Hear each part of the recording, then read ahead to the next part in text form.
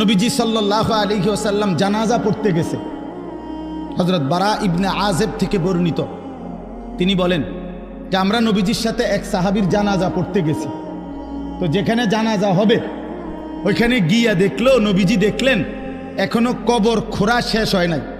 ওয়ালাম্মা ইয়ালহাদ, কবর খোঁড়া এখনো শেষ হয় নাই, তাহলে আরো সময় লাগবে 20-25 মিনিট, কথার কথা। তো এখন কবর খোঁড়া যদি শেষ না হয় তো জানাজা পড়বো কেমনে? কবর তো রেডি হয়েছে না এখন। তো নবীজি সাল্লাল্লাহু আলাইহি সাল্লাম সাথে সাথে ওইখানেই বসে গেছেন। সাহাবীরা গোল হয়ে চারদিকে বসছে, ওই যারা জানাজা পড়তে আসছিল। আল্লাহ নবী সাল্লাল্লাহু আলাইহি সাল্লাম হাতের মধ্যে একটা লাঠি, মানে কাঠি, ছোট মনে করেন একটা কাঠির মতো কিছু নিয়া নবী সাল্লাল্লাহু আলাইহি সাল্লাম মাথা নোয়াইয়া ওই মাটির মধ্যে কিছুক্ষণ এরকম আঁকা আঁকি করছে। হযরত বারা সাহাবী বলেন, কোনো মানুষ চিন্তিত হইলে যেরকম নিজে নিজে যেরকম দাগ দেয়, মানে মনে করেন আপনি একটা কিছু গভীর চিন্তা করতেছেন, তো হাতের মধ্যে একটা চাবি আছে, দেখবে চাবিটারে সে ঘুরায়, অথবা একটা না একটা কিছু, মানে বোঝা যায় সে একটা কি আছে, চিন্তার মধ্যে আছে। তো সাহাবী বলেন যে ওই ছোট যে লাঠিটা, এটা এরকম দাগ দিতেছে, আঁক দিতেছে, আমরা বুঝতেছি যে গভীর কোনো চিন্তা করতেছে। এরপরে নবীজি বললেন সাহাবীদেরকে 3 বার, প্রথম বললেন ইস্তাইযু মিন আযাবিল কবর, সাহাবীরা আল্লাহর কাছে দিবানিশি কবরের আযাব থেকে পানাহ চাও, কবরের আযাব থেকে আল্লাহর কাছে মুক্তি চাও। 3 বার বলছে কথাটা।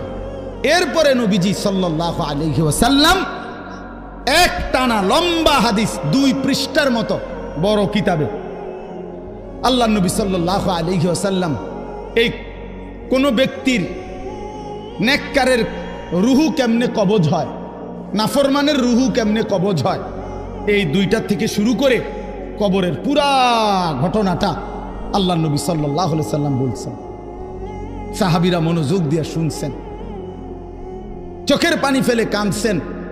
আল্লাহ নবী সাল্লাল্লাহু আলাইহি সাল্লাম বলেন, সাহাবীরা শুনো, কোন নাফরমানের মৃত্যুর যখন পাপীর সময় হয়, মালাকুল মউত আজরাইল আইসা প্রথম ডাক দেয় যে হে অপবিত্র আত্মা, আইয়াতুহান নাফসুল খাবিসা, এই খবিশ আত্মা বের হও, উখরুজি ইলা সাখাতিল্লাহ, আল্লাহর অসন্তুষ্টির দিকে বের হও।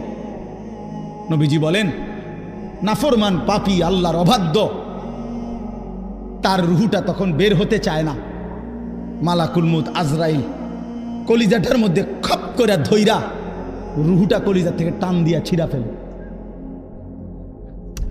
ছিঁড়ে ফেললেই রুহুটা তখন এই কণ্ঠনালীর কাছে, এখানে কণ্ঠনালীর যে শেষ জায়গা, এখানে এসে আটকায়া যায়। এই কলিজার থেকে ছিঁড়া এখানে যখন আটকায়, আল্লাহ নবী সাল্লাল্লাহু আলাইহি সাল্লাম বলেন আর বের হতে চায় না। আজরাইল তখন কোনো কিছুকে টাইনা হেসরাইয়া ছিঁড়া, টাইনা টুইনা হেসরাইয়া যেভাবে বের করে, মালাকুল মউত আজরাইল ওই নাফরমানের রুহুকে এইভাবে টাইনা হেসরাইয়া ছিঁড়া ফাইরা তারপরে বের করে। নিজেকে কোনোভাবেই চালাক মনে করতে না।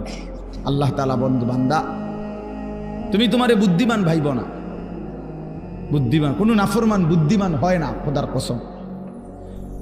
আল্লাহ তাআলা বারবার কোরআনে বলছে, কোন বেঈমান, কোন নাফরমান বুদ্ধিমান হয় না। তো বলে যে কাফের বেঈমানরা দুনিয়ার কত কিছু আবিষ্কার করছে না, আপনারা একটা জিনিস বুঝেন না। সহজ হিসাব হইল, আল্লাহ তাআলা যখন যাকে দিয়ে যে কাজটা করাবেন তাকে ওই বুদ্ধি, ওই মেধা আল্লাহ দিয়েই দেন। এই জন্য আপনি যদি বলেন যে যে বেটা ট্রাক আবিষ্কার করছে, বানাইছে, মনে করেন, তো এই ছোট্ট মোবাইলটা তো হে মনে এমনি বানাইতে পারবে, এত বড় ট্রাক যে বেটা বানাইতে পারছে, এবারটা কি আর এই মোবাইলটা বানাইতে পারতো না? কথা বোঝেন নাই? পারবে নাকি? এই তো এই ফাইল না, এটা তো ছুড়ো। এত বড় ট্রাক যেহেতু বানাইছে, উনি ইচ্ছা করলে তো মোটর সাইকেল একটা তার লাগে কোনো বিষয়, এটা নিয়ে যুক্তির কথা বুঝছেন না? হিসাবটা না, এটা কোনো যুক্তি না। আল্লাহ তাআলা এক একজনের মাথায় এক একটা কি মেধা, যোগ্যতা আল্লাহ দিয়েছেন, আল্লাহ দিয়েছেন। এই জন্য আল্লাহ তাআলা কোরআনের কারিমে বলছে সমস্ত বেঈমান লা ইয়াকিলুন, এদের আকল নেই, লা ইয়াফকাহুন, এরা বুঝে না, এরা বুঝে না, লা ইয়ালামুন, এরা কিছুই জানে না। আল্লাহকে না চিনলে কিছুই চিনা হয় না। আল্লাহর কুদরত না দেখলে আল্লাহর কসম ওই চোখ কিছুই দেখে না। আল্লাহর কথা কানে না শুনলে ওই কান মূলত বধির, সেই কান আসলে শুনেই না। যেই জবান আল্লাহর নাম নেয় না, যেই জবান আল্লাহর কোরআন পড়তেও পারে না।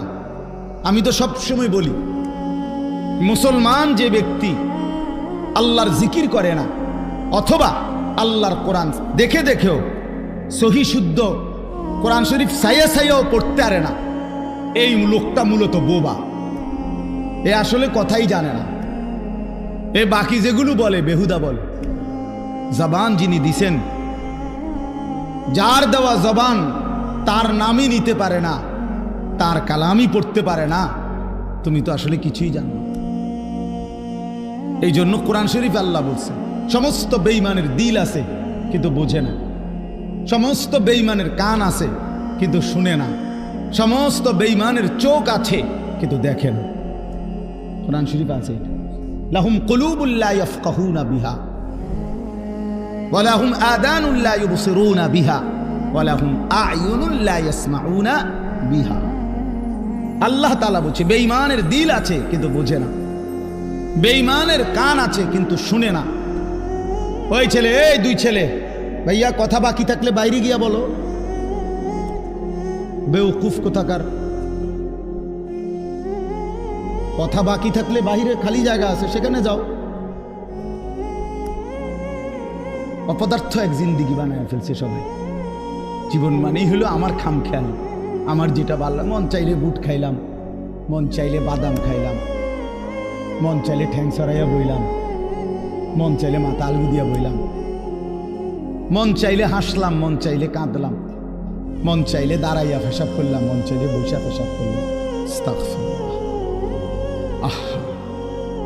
অজস্র সন্তানের চলাফেরা দেখলে বোঝা যায় এদের কোনো মা নাই, বাবা নাই, অভিভাবক নাই, এদের কোনো আখেরাত নাই, আল্লাহ নাই, পরকাল নাই, কিচ্ছু নাই। নফসের গোলাম, মনের চাহিদার গোলাম। তার খোদা তার মনের চাহিদা, তার মনে যা চায় তাই করে। আল্লাহ তাআলা কোরআন শরীফে বলছে, সরাসরি কোরআন শরীফের আয়াত, আল্লাহ তাআলা বলেন মনের ইচ্ছাকে যে নিজের খোদা বানিয়েছে, আল্লাহ বলছে নবী শুনেন, তার পরিচয় আর কিছুই নয়, শুধুই চতুষ্পদ জন্তু, হাইওয়ান, জানোয়ার। কোরআনের আয়াত। হ্যাঁ মিয়া সাহেব, কার মতো চুল রাখলা, কার মতো জামা পরলা, কার মতো প্যান্ট পরলা, সারাদিন কোথায় ঘুরলা, রাত নাই দিন নাই, ঘন্টার পর ঘন্টা মোবাইল, ছবি, নর্তকী, নাচ, আড্ডা, হাসি মস্করা, তামাশা, ফুর্তি।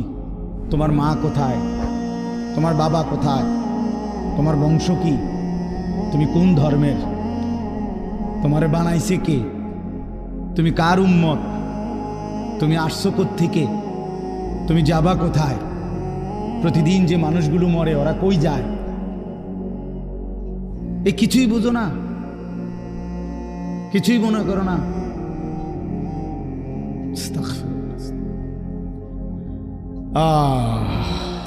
চলো ভাই, এই জন্য বললাম বাপ, এটা জরুরি বিষয়। আমি ওই মাওলানা ইয়াহিয়ার কথার থেকে বলতেছিলাম, আল্লাহ তাআলা 24 ঘন্টা নজর রাখে। আল্লাহ তাআলা বলে বান্দা আমি দেখি আমার চোখের সামনে তুমি কেমনে নাফরমানি করো, কেমনে নাফর। এতবার নিষেধ করলাম, একবারও আমার কথা শুনলা না। এতবার আদেশ করলাম, একবারও শুনলা না। কোরআন শরীফে আছে, আল্লাহ বলছেন ফাবিআইয়ি হাদিসিন বা'দাহু ইউমিনুন। আল্লাহ তাআলা বলেন বান্দা কোরআনের চাইতে